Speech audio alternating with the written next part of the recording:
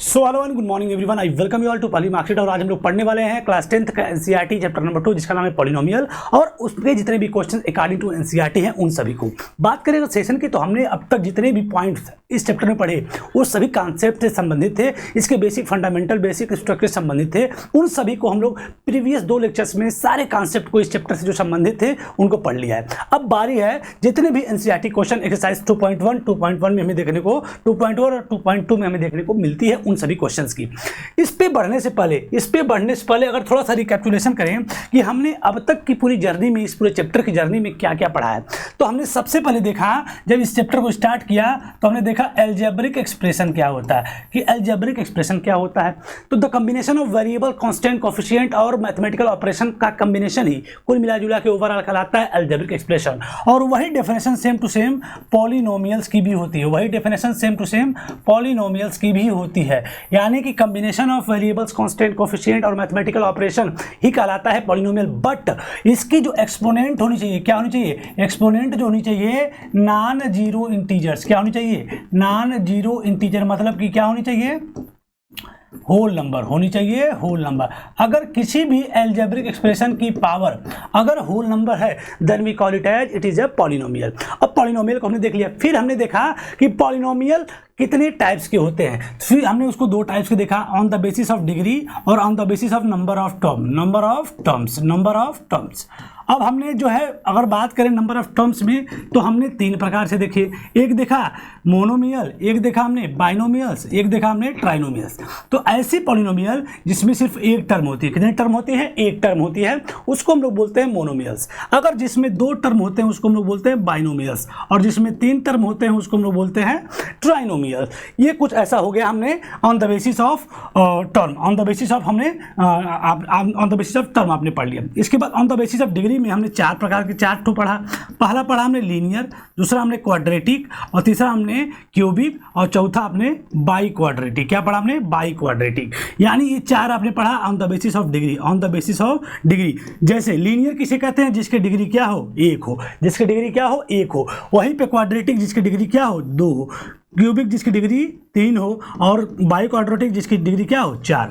ये हमने देखा, और साथ ही साथ देखा इनका जनरल फॉर्म कैसा होता है। यानी कि लीनियर का जो जनरल फॉर्म होता है वो होता है ax प्लस बी। वहीं पे अगर बात करें क्वाड्रेटिक की तो क्वाड्रेटिक का होता है आपका ax square plus bx plus C. वहीं पे अगर क्यूबिक की बात करें तो ax cube plus bx square plus C x plus D. वहीं पर बाई क्वाड्रेटिक की बात करें तो ax की पावर 4 प्लस bx की power 3 plus C x square plus D x और प्लस ई। इन सभी में ये जो A B C D E दिख रहे हैं वो सभी रियल नंबर है, यानी A B C D E ये सभी क्या है? रियल नंबर हैं। और वहीं पर ए कभी भी 0 नहीं हो सकता। ये हमने देखा आपके इसके डेफिनेशन में, जो कि नंबर ऑफ टर्म्स और नंबर ऑफ टर्म्स और डिग्री के आधार पे हमने टाइप्स ऑफ पॉलिनोमियल पढ़ लिया। फिर इसके बाद हमने देखा जीरो पॉलिनोमियल और नॉन जीरो पॉलिनोमियल। अगर बात करें जीरो पॉलिनोमियल की तो जीरो पॉलिनोमियल वो होता है जिसके सभी कोफिशिएंट क्या होते हैं? 0 होते हैं, जिसके सभी कोफिशिएंट क्या होते हैं? 0 होते हैं। वहीं पे नॉन जीरो पॉलिनोमियल यानी जिसको हम लोग कांस्टेंट पॉलिनोमियल कहते हैं, तो इसकी क्या होती है? डिग्री 0 होती है। डिग्री क्या होती है? ऐसा पॉलिनोमियल जिसकी क्या हो? डिग्री 0 हो, सभी डिग्री 0 हो, उसको हम बोलते हैं कांस्टेंट पॉलिनोमियल। और वहीं पे जिसके सभी कोफिशिएंट 0 हो, लेकिन ऐसे पॉलिनोमियल जिसके सभी कोफिशिएंट क्या हो? 0 हो, तो उनको हम बोलते हैं जीरो पॉलिनोमियल। साथ ही साथ इनकी जो डिग्री कभी भी डिफाइन नहीं होती है, डिग्री कभी नॉट डिफाइंड, यानी कि नेवर डिफाइन, कभी भी इनकी डिग्री फिक्स नहीं होती है। तो ये हमने पढ़ लिया। फिर हम लोगों ने देखा वैल्यू ऑफ पॉलिनोमियल कैसे निकालते हैं। तो x के मान रखने पे पॉलिनोमियल की वैल्यूज अलग अलग, मान रखने पे अलग अलग वैल्यूज आती हैं, तो उसी को हम लोग बोलते हैं वैल्यूज ऑफ पॉलिनोमियल। फिर हमने देखा zeros of polynomial. Zeros of polynomial किसे कहते हैं? किसी पॉलिनोमियल में x, y या जो भी वेरिएबल्स दिए हों, जिस भी फॉर्म का पॉलिनोमियल दिया हो, उन मान को रखने पे तो कुछ ना कुछ वैल्यू आती है, लेकिन वो मान जिनको रखने पे पूरा पॉलिनोमियल क्या हो जाए? 0 हो जाए। क्या हो जाए? 0 हो जाए। तो उस संख्या को उस पॉलिनोमियल का जीरोस बोलते हैं, यानी वो नंबर जिसको रखने पे, जिसकी वैल्यू रखने पे, या वो वैल्यू जिसको रखने पे, जैसे अगर हम लिख दें x+1 का जीरोस क्या होगा, तो x के स्थान पे आखिर ऐसी कौन सी वैल्यू हम रख दें जिससे ये पूरा जीरो हो जाए, तो हम कहेंगे -1 हम रख दें, तो -1 + 1 इज इक्वल टू क्या हो गया, जीरो हो गया। यानी कि अगर किसी पॉलिनोमियल को कोई एक ऐसा एलिमेंट जो जीरो कर देता है तो वही कहलाता है जीरोस ऑफ पॉलिनोमियल। ये हमने यहाँ तक अपनी पूरी जर्नी कंप्लीट कर ली थी। साथ ही साथ हमने देखा था relation between zeros and coefficient, एक हमने ग्राफ बनाना सीखा था और एक हमने सीखा था relation between zeros and coefficient. तो हमने पढ़ा था इसको, रिलेशन को alpha plus beta is equal to -b/a, और फिर product of zero alpha into beta is equal to c/a। ये हमने पढ़ लिया था relation between the zeros and coefficient, ये आपका रिलेशन होता है।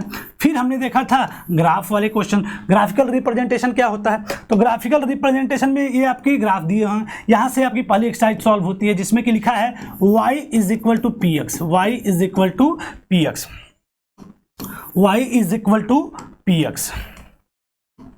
अगर कोई पॉलिनोमियल है y is equal to px, तो आपका ऐसे ग्राफ दे दिया और कह रहा है कि जो पॉलिनोमियल्स दिए हुए हैं px, find the number of zeros of the px, यानी इससे नंबर ऑफ जीरोस क्या होंगे।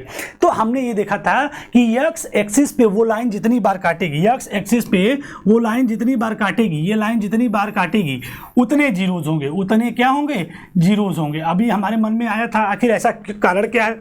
जैसे अगर हम इस क्वेश्चन को ले लें तो x एक्सिस आपकी ये है, y एक्सिस आपकी ये है। तो अगर बात करें इसके नंबर ऑफ जीरोस की, तो सीधे हम देखते हैं कि ये दो बार काट रहा है, एक बार यहाँ पर और एक बार यहाँ पे, यानी इसके नंबर ऑफ जीरोस कितने होंगे, दो होंगे। मन में प्रश्न आएगा आखिर ऐसा क्यों कि x एक्सिस को ही, तो इसका जवाब ये है कि अगर हम बात करें कोई पॉलिनोमियल है तो पॉलिनोमियल कैसा होता है, px के फॉर्म में, यानी px मान लीजिए कोई पॉलिनोमियल है x+1। अब कोई कह दे इसके कितने जीरोज होंगे या कैसे जीरोज होंगे, तो आप सिंपल सा समझिए, आप इसको ग्राफिकल मेथड से बना सकते हैं। एक ग्राफ बना के जब खींचेंगे तो ये एक लीनियर पॉलिनोमियल है, तो इसका जो ग्राफ आएगा बिल्कुल सीधा आएगा। क्या आएगा, बिल्कुल सीधा आएगा, स्ट्रेट लाइन आएगी। वहीं पे अगर कोई क्वाड्रेटिक इक्वेशन है, x² + 5x + 6 है, कोई क्वाड्रेटिक इक्वेशन है, तो इसका जो ग्राफ आएगा पैराबोला आएगा। क्या आएगा, पैराबोला आएगा, यानी कर्व की तरह आएगा। कैसा आएगा, कर्व की तरह। यानी कि अगर ग्राफ में जैसे ये चीजें दिख रही हैं आपको, ये चीजें दिख रही हैं, ये चीजें दिख रही हैं, यानी ये पैराबोला है, यानी ये क्वाड्रेटिक इक्वेशन है। अगर सीधी लाइन दिख रही है, अगर कोई ग्राफ में सीधी लाइन दिख रही है, इसका मतलब वो एक लीनियर इक्वेशन है। क्या है, लीनियर इक्वेशन है। तो हम जानते हैं कि क्वेश्चन दिया है y is equal to px, पहले ही दे दिया है, y is equal to px दे दिया है। तो बताओ इस ग्राफ को देख के कि कितने जीरोस होंगे। तो अगर आप एज्यूम करिए कि कोई एक पॉलिनोमियल है px जिसकी वैल्यू क्या है, x+1, तो आप बताइए इसको x एक्सिस पे ही क्यों देख रहा है, x एक्सिस पे जितनी बार कट रहा है उसी को क्यों देख रहा है। इसी प्रश्न का जवाब हमको देना है। तो अगर मान लीजिए आप यहाँ पे x की कोई वैल्यू रखते हैं, जीरोज किसे कहते हैं, पहले ये सोचिए आप, जीरोज किसे कहते हैं। तो जीरोज हम उसे कहते हैं जिस मतलब उस वेरिएबल में, जो वेरिएबल इस क्वेश्चन में जो पॉलिनोमियल जो जीरो वेरिएबल दिख रहा है उसमें आखिर क्या वैल्यू रख दें, क्या वैल्यू रख दें कि पॉलिनोमियल क्या हो जाए, जीरो हो जाए। यानी जीरोज का मतलब हम डायरेक्ट लिखते हैं x+1 is equal to zero, जो भी पॉलिनोमियल दिया रहता है उसको क्या रख देते हैं, जीरो। और यहाँ पे ये इज इक्वल टू जीरो आ रहा है, मतलब पॉलिनोमियल क्या आ रहा है, जीरो आ रहा है। पॉलिनोमियल क्या आ रहा है, जीरो आ रहा है। तो पॉलिनोमियल अगर जीरो आ रहा है तो पॉलिनोमियल को ही तुम x बोलते हैं, और इसके स्थान पे इसने एज्यूम कर लिया y, यानी y का मान क्या होना चाहिए, जीरो, y का मान जीरो। तो y का मान अगर जीरो है यानी कि y एक्सिस पे बिल्कुल भी चल नहीं रहा है, चल किस पे रहा है, x एक्सिस पे। इसीलिए जितने भी पॉइंट्स पे x एक्सिस पे काटते जाएगा उतने जीरोज हम बोलते चले जाएंगे। अब स्टार्ट करते हैं सीधे आज के सेशन को। बात करें आपके एनसीईआरटी क्वेश्चंस की, तो एनसीईआरटी क्वेश्चन में एक्सरसाइज 2.1, 2.2 हम लोग ऑलरेडी सॉल्व कर चुके हैं, जिसमें जितनी बार x एक्सिस को काटेगा उतने जीरोज हमें देखने को मिल जाते हैं। सेकेंड एक्सरसाइज की बात करें तो सेकंड एक्सरसाइज में आपका स्टार्ट होता है एक्सरसाइज 2.2, जिसमें लिखा है कि find the zeros of the quadratic polynomial and verify the relationship between the zeros and coefficient. जैसे पहला क्वेश्चन आपका लिखा हुआ है, x² - 2x - 8, x² - 2x - 8। अब देखिए दो चीजें आपको ध्यान रखनी है। आपका क्वाड्रेटिक पॉलिनोमियल दे दिया है और इसका क्या करना है, जीरोज फाइंड करना। क्या करना है, जीरोज, फाइंड द जीरोज। आपको जीरोज फाइंड करना है। तो जीरोज फाइंड को हम 2-3 तरीकों से कर सकते हैं। जीरोज को 2-3 तरीकों से हम लोग फाइंड कर सकते हैं। पहला तरीका है middle term splitting, middle term splitting method. पहला तो मेथड ये हो गया मिडिल टर्म स्प्लिटिंग मेथड। दूसरा है यूजिंग आइडेंटिटीज। क्या है? Using identities. और इसके बाद आप डायरेक्ट कॉमन लेके भी आप कर सकते हैं, डायरेक्ट कॉमन लेके भी आप हल कर सकते हैं।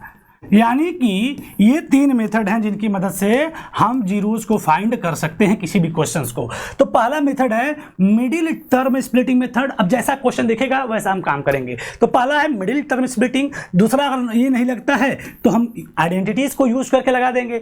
ये भी नहीं लगता है तो हम लोग डायरेक्ट कॉमन लेके ही क्वेश्चन को सॉल्व कर लेंगे। तो ये क्या है, सीधे समझते हैं मिडिल टर्म स्प्लिटिंग मेथड को, और यार जितने भी क्वेश्चन आएंगे उन सभी को हम हल करते चले जाएंगे।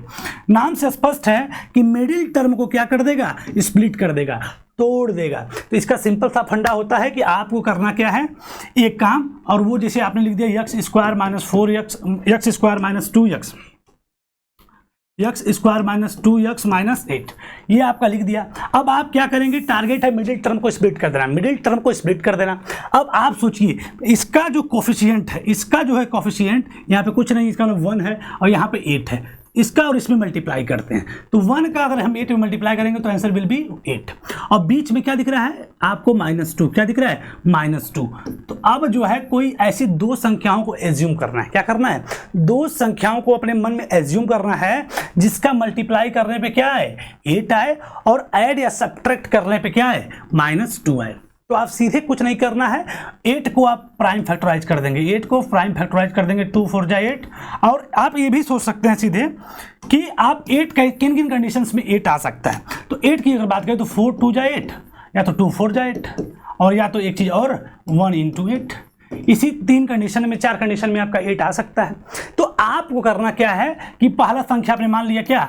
1 × 4, 1 × 8। अगर 1 में 8 का गुणा करें तो 8 तो आ जाएगा, लेकिन क्या 1 में 8 जोड़े या घटाएं हैं तो कभी 2 आ सकता है या -2 आ सकता है? तो बिल्कुल नहीं आ सकता है। तो इसलिए हम क्या करेंगे, हम तुरंत इस दूसरे वाले को देखेंगे कि 4 × 2 8 तो आ सकता है, और 4 में से 2 घटाएं तो 2 भी आ सकता है, लेकिन हमें क्या लाना है? -2। इसलिए 2 में से 4 घटाएंगे, यानी छोटे में से बड़ा घटाएंगे तो क्या आ जाएगा? -2। यानी ये कंडीशन हमारी पूरी तरीके से क्या हो रही है? सेटिस्फाई हो रही है। बस इसी पे पकड़ेंगे और अपने क्वेश्चन को क्या कर देंगे? सॉल्व कर देंगे। तो पहले और लास्ट में यानी x स्क्वायर और -8, इसमें कोई चेंजिंग नहीं होती, इसमें कोई चेंजिंग नहीं होती है। और वहीं पर बीच वाले टर्म के स्थान पे आपका 2 - 4 यानी +2x और -4x और -8। अब इसके बाद आपने पेयर बना लिया, इन दोनों में कुछ कॉमन दिख रहा है x, तो आपने लिख दिया x + 2, और इन दोनों में कुछ कॉमन दिख रहा है तो -4, और बचा क्या? x + 2। एक चीज़ और आपको ध्यान देनी है कि ये दोनों हमेशा क्या आने चाहिए? इक्वल आने चाहिए। ये दोनों भी हमेशा क्या आने चाहिए? इक्वल आने चाहिए। अब अपने पूरे में से कॉमन ले लिया तो बचा x + 2 और x -4। अब आपको चूंकि फाइंड करना है जीरोस, क्या फाइंड करना है? जीरोस। तो जीरोस अगर फाइंड करना है तो आपको लिखना पड़ेगा कि x + 2 और x -4 इज इक्वल टू क्या? 0। तो आप लिख सकते आर x + 2 is equal to 0, then x is equal to -2, पहला आपका आ गया। दूसरा x -4 is equal to 0, then x is equal to 4, दूसरा 0 आ गया। तो दोनों 0 हमें क्या हो चुके हैं? फाइंड हो चुके हैं। दोनों 0 हमने फाइंड कर लिया, एक ये आ गया और एक आ गया। अब आपको रिलेशनशिप स्टेब्लिश करना है। क्या करना है? रिलेशनशिप क्या होता है इसको आप ध्यान से समझिए। वो होता है alpha + beta is equal to -b/a, और अल्फा × बीटा बराबर क्या होता है? c/e। ये चीजें आपको ध्यान दें। अल्फा और बीटा क्या है? Zeros of the polynomial. क्या है? Zeros of the polynomial. और जीरोज आ चुके हैं, एक जीरोज हमारा आ चुका है 4 और एक आ चुका है -2। किसी को भी आप अल्फा, किसी को भी बीटा आप मान सकते हैं, कोई दिक्कत नहीं। ये अल्फा हो गया, ये क्या हो गया? बीटा हो गया। अल्फा और बीटा का मान रखिए, तो अल्फा का मान क्या है? -2, और बीटा का मान क्या है? 4 इज इक्वल टू -b/a। तो पॉलिनोमियल क्या था? x square -2x -8। तो ये हो गया a, ये हो गया b, ये हो गया c। तो -b, तो माइनस और -2/a, यानी आ गया आपका 4 में से 2 गया 2, और ये माइनस माइनस क्या हो गया? प्लस, यानी 2 बराबर क्या हो गया? 2 हो गया, यानी वेरीफाई हो गया। फिर alpha × beta is equal to c/a, यानी अल्फा का मान कितना है? -2, बीटा का मान क्या है? 4, और c का मान क्या है? यानी -8/1, यानी 8 इज इक्वल टू -8, ये क्या हो गया, हेंस वेरीफाइड। तो कुछ इस तरीके से आप किसी भी क्वेश्चन को आए और उसमें अगर मिडिल टर्म स्प्लिटिंग मेथड करना है, ऐसे फैक्टराइज करके लगाना है, तो आप ऐसे पहले क्या करेंगे, जीरोस को फाइंड कर लेंगे और फिर जो रिलेशन हमको पता है उस रिलेशन पे पुट कर देंगे और हमारा सोल्यूशन क्या हो जाएगा, आ जाएगा। तो आई होप आपको मिडिल टर्म स्प्लिटिंग मेथड आ गया होगा। अब छोटा सा 1-2 टॉपिक और बचा है, जितने भी क्वेश्चन इसमें 1, 2, 3, 4 दिख रहे हैं उसको आप, जैसे ये वाला क्वेश्चन को आप अलग तरीके से सॉल्व करना है।